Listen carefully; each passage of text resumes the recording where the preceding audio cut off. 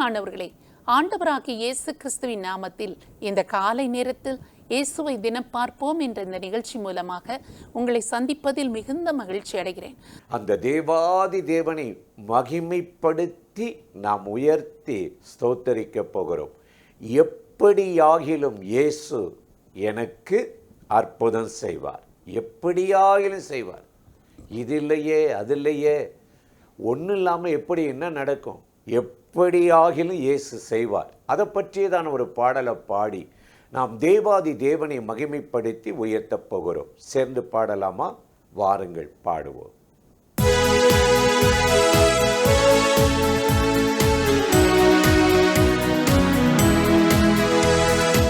எப்படியாகிலும் என் இயேசு எனக்கு உதவிகள் செய்திடுவார். எப்படியாகிலும் என் இயேசு எனக்கு உதவிகள் செய்திடுவார். நான் போகும் பாதை அறிவார், என் கண்ணீர்கள் துடைத்திடுவார், எனக்கு நிழலாய் வந்திடுவார். நான் போகும் பாதை அறிவார், என் கண்ணீர்கள் துடைத்திடுவார், எனக்கு நிழலாய் வந்திடுவார்.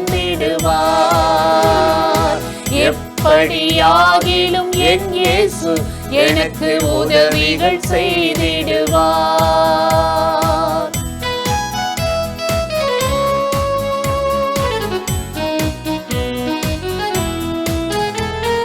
சூழ்நிலைகள் மாறினாலும் இயேசு மாறிடார், மனிதர்கள் மாறினாலும் இயேசு மாறிடார். சூழ்நிலைகள் மாறினாலும் இயேசு மாறிடார், மனிதர்கள் மாறினாலும் இயேசு மாறிடார். நண்பர்கள் மறந்தாலும் இயேசு மறந்திடார், நன்மை பெற்றோர் மறந்தாலும் இயேசு மறந்திடார்.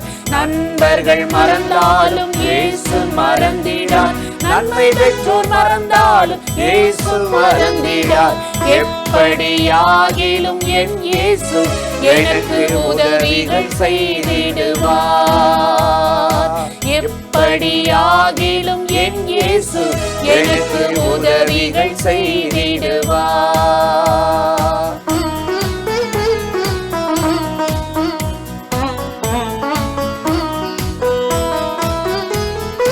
தேவையோ 5000 இயேசு இருக்கிறார், இருப்பதோ 5 அப்பம் இயேசு இருக்கிறார். தேவையோ 5000 இயேசு இருக்கிறார், இருப்பதோ 5 அப்பம் இயேசு இருக்கிறார். பலவீன நேரம் அதில் இயேசு தாங்குவார், வியாதிகள் வேதனையில் சுகம் என கருள்வார். பலவீன நேரம் அதில் இயேசு தாங்குவார், வியாதிகள் வேதனையில் சுகம் என கருள்வார். எப்படியாகிலும் என் இயேசு எனக்கு உதவிகள் செய்திடுவார். எப்படியாகிலும் என் இயேசு எனக்கு உதவிகள் செய்திடுவார்.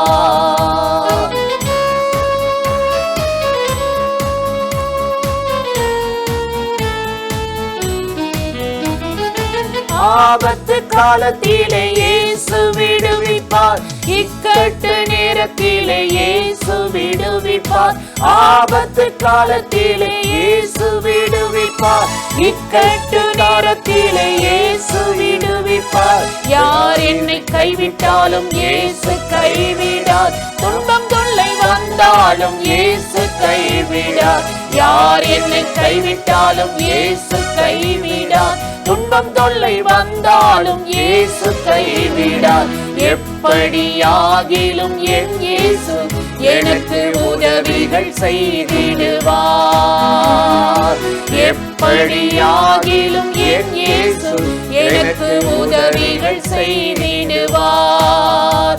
நான் போகும் பாதை அறிவார், என் கண்ணீர்கள் துடைத்திடுவார், எனக்கு நிழலாய் வந்திடுவார். நான் போகும் பாதை அறிவார், என் கண்ணீர்கள் துடைத்திடுவார், எனக்கு நிழலாய் வந்திடுவார். எப்படியா ஆகிலும் என் இயேசு எனக்கு உதவிகள் செய்திடுவார். எப்படியாயிலும் செய்வார், இப்படித்தான் செய்வார் என்று நமக்கு நன்மை செய்து ஆசீர்வதித்து நடத்துவார். சங்கீதம் 99:8 வசனத்தில் நாம் வாசிக்கிறோம், எங்கள் தேவனாகிய கர்த்தாவே, நீர் அவர்களுக்கு உத்தரவு அருளினீர். நீர் அவர்கள் கிரியைகளின் நிமித்தம் நீதியை சரி கட்டின போதிலும் அவர்களுக்கு மன்னிக்கிற தேவனாயிருந்தீர். எவ்வளவு நல்ல ஒரு வசனத்தை இந்த சங்கீதக்காரன் எழுதுகிறார் பாருங்கள். தேவனாகிய கர்த்தர் நாம் அவரை நோக்கி கூப்பிடுகிற போது மறு உத்தரவு அருளுகிற தேவன். ஏனென்றால் அவர் உயிரோடு கூட இருக்கிறார். மரித்தேன், ஆனாலும் சதா காலமும் உயிரோடு இருக்கிறேன் என்று சொல்லி மரித்த 3ஆம் நாள் உயிரோடு எழுந்து இன்றைக்கும் உயிரோடு வாழ்கிறவர் நம் ஆண்டவராகிய இயேசு கிறிஸ்து. அவர் உயிரோடு இருக்கிறார். அதனால்தான் அவரால் நாம் கூப்பிடுகிற சத்தத்திற்கு மறு உத்தரவு கொடுக்க முடிகிறது, பதில் சொல்ல முடிகிறது, பதில் தர முடிகிறது. அதனால்தான் இந்த சங்கீதக்காரன் சொல்லுகிறான், நான் உம்மை நோக்கி கூப்பிடுகிற போது நீர் எங்களுக்கு மறு உத்தரவு அருளுகிறீர். அது மாத்திரமல்ல, அவர்கள் கிரியைகளின் நிமித்தம் நீர் நீதியை சரி கட்டின போதிலும் அவர்களுக்கு மன்னிக்கிற தேவனாயிருந்தீர் என்று அவர் சொல்லுகிறார். இஸ்ரவேலர் பலவிதங்களில் ஆண்டவரை கோபப்படுத்தினார்கள், ஆண்டவருக்கு விரோதமாக முறுமுறுத்தார்கள். ஆண்டவர் அவர்களை அருமையாய் வழிநடத்தி கொண்டு வந்திருந்த போதிலும் ஒரு கன்றுக்குட்டி ஒன்றை செய்து, இவைகள்தான் எங்களை எகிப்திலிருந்து வழிநடத்தி கொண்டு வந்த தெய்வங்கள் என்று சொல்லி மகிமையை கன்றுக்குட்டிக்கு செலுத்தி தேவனாகிய கர்த்தருக்கு வரவேண்டிய மகிமையை திருடினார்கள். வேறொன்றுக்கு செலுத்தி கர்த்தரை மகிமைப்படுத்த தவறி கோபமூட்டினார்கள். அது மாத்திரமல்ல, இந்த வனாந்திரத்தில் எங்களுக்கு ஒரு பந்தியை அவர் ஆயத்தப்படுத்த முடியுமோ? இந்த வனாந்திரத்தில் இத்தனை லட்சம் மக்களுக்கு எப்படி அவர் இறைச்சி கொடுக்க முடியும் என்று சொல்லி சூழ்நிலையை பார்த்து அவர்கள் முறுமுறுத்தார்கள். தேவனுடைய கோபத்திற்கு அவர்கள் ஆளான போது தேவனாகிய கர்த்தர் அவர்கள் செய்த கிரியைகளின் நிமித்தம், அவர்கள் நடந்து கொண்ட அவிசுவாசம், அந்த காரியங்களின் நிமித்தமாக ஆண்டவர் நீதி சரி கட்டினார். அவர்கள் வாழ்க்கையில் சில சிற்றைகளை, தண்டனைகளை கொடுத்து அவர்களை சீர்படுத்தினார். இன்றைக்கு நம்முடைய வாழ்க்கையிலும் அப்படித்தானே சூழ்நிலைகளை பார்த்து இதெல்லாம் எப்படி நடக்கப் போகிறது, என்றைக்கு நடக்கப் போகிறது, காரியங்கள் தான் இப்படி நடந்து கொண்டிருக்கிறது, எதிர்மறையாக இருக்கிறது, இதெல்லாம் கிடைக்குமா, நடக்குமா என்று நம்முடைய வாழ்க்கையில் தேவனாகிய கர்த்தரை அறிந்திருந்தும் நாம் விசுவாசிக்க தவறுகிற போது இந்த கிரியைகளின் நிமித்தம் கர்த்தர் நம்மை சீர்படுத்துவதற்காக சில சிற்றைகளையும் நீதி சரி கட்டுதலையும் நமக்கு செய்ய வேண்டியது இருக்கிறது. அப்படி அவர் நீதி சரி கட்டின போதிலும் நம்மை அவர் தூரமாய் தள்ளிவிடாதபடி, எனக்கு இனிமேல் நீ ஆகப்போகிறதே இல்லை, உபயோகமே இல்லை, எனக்கு நீ வேண்டாம் என்று நம்மை ஒதுக்கி விடாதபடி நீதி சரி கட்டின தேவனாக இருந்தாலும் நமக்கு அவர் மன்னிக்கிற தேவனாயிருந்தார் என்று இந்த சங்கீதக்காரன் சொல்லுகிறார்.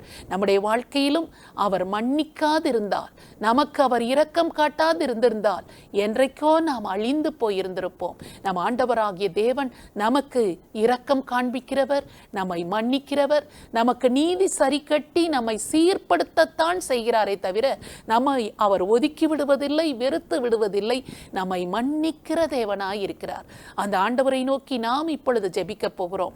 என்னுடைய முறுமுறுப்புகள், என்னுடைய அவிசுவாசங்கள், தேவனை நம்பாத சூழ்நிலைகள் எல்லாவற்றையும் எனக்கு மன்னித்து, ஆண்டவரே நீர் என்னை இரக்கத்தினால் சேர்த்து கொள்ளும் என்று சொல்லி ஆண்டவரை நோக்கி நாம் இப்பொழுது ஜெபிக்கலாமா? ஸ்தோத்திரம் ஆண்டவரே, உம்மை நன்றியோடு துதிக்கிறோம்.